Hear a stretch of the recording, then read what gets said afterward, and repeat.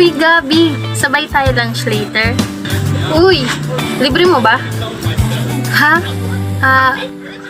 Oo, libre ko. Naks naman. Yan naman ang gusto ko sa'yo, Kate eh.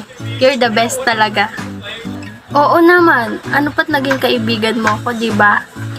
Yeah, you're right. So ano, mamaya? Kita na lang tayo sa kantin? Oo, sige.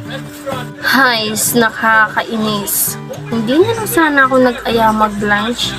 Kung wala lang akong kailangan sa kanya eh. Nasaan na kaya yung babaeng yun?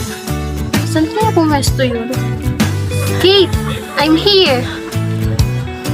Kanina ka pa dyan? Sorry, natagalan. Ang tagal kasi magpa-dismiss ng proof namin. Hindi naman. Kararating-rating ko lang din. So ano, kain na tayo? Libre mo ha? Oo